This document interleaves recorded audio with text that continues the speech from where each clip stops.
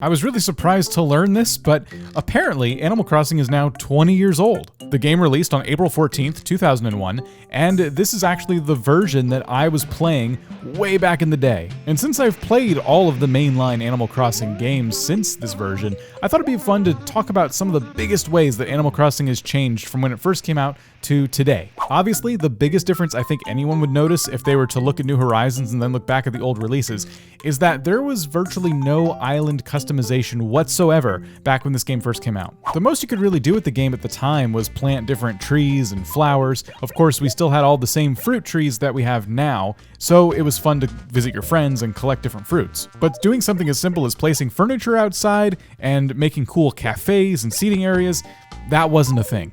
Of course, you still had a house which you could customize to your heart's content, and it would expand and grow, and you'd have different rooms as well. And these rooms would allow you to play with different furniture themes you were collecting. So honestly, I would say back in the GameCube days, I probably spent a lot more time in my house than I do today in New Horizons. One thing I take for granted in Animal Crossing New Horizons is the massive amount of storage and inventory that we have versus back in the day. Back in the day, nothing stacked. And if you wanted inventory storage inside your house, you had to put down individual different closets and things like that, which could only hold a maximum of 3 items. So if you had a lot of stuff you wanted to hold on to, you basically just filled your basement with closets and then put 3 different items in them. And this made inventory management a nightmare.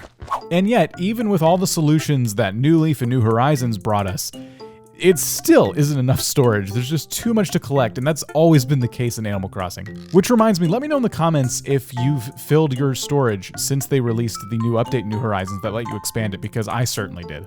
I don't want to pick on New Horizons too much here, but the villager interactions in the GameCube version to me are still far superior than what we have today in New Horizons. While the villagers were a lot more rude, I think they just had a lot more to say.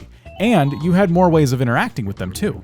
At any point in the day, if you were just looking for something to do, maybe you wanted to collect some new furniture or make some money, you could walk up to any villager and ask to do them a favor. When I was younger, I would spend hours doing favors for all of my villagers that I possibly could, especially at the beginning of the game when I was trying to furnish my house and I hadn't really upgraded nooks yet.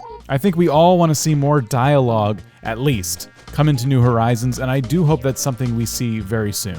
Another pretty unique feature about the older Animal Crossing games, starting with GameCube, was the Lost and Found. Especially early on in Animal Crossing when you have no money and no furniture and no clothing, it's actually really good to check this thing every day because a lot of times random pieces of clothing and furniture end up in here and you can kind of just take them. Of course, in New Horizons, we have the recycle bin in Resident Services, but it doesn't really have nearly as many random items that show up in there. Mostly when villagers move, you'll get a piece of their furniture.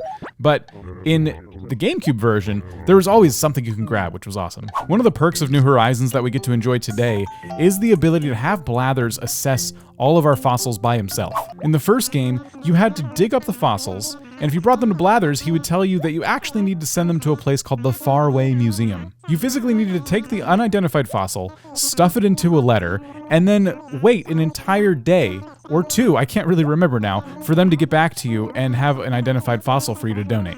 It just reminds me that the snail mail system has improved a lot as well, because back in the day I think you could only send about 5 or 7 letters at a time before the post office was just kind of full. So if you wanted to mail gifts to your villagers and then get some fossils identified, you had to kind of pick and choose. And you always needed to have paper on hand if you wanted to do stuff like that. Honestly, this game has changed so much in 20 years. I've really only scratched the surface with just how many things were different back in the day. If you want to see more original Animal Crossing GameCube content, hey, let me know in the comments. Don't forget to subscribe. I'll see you next time.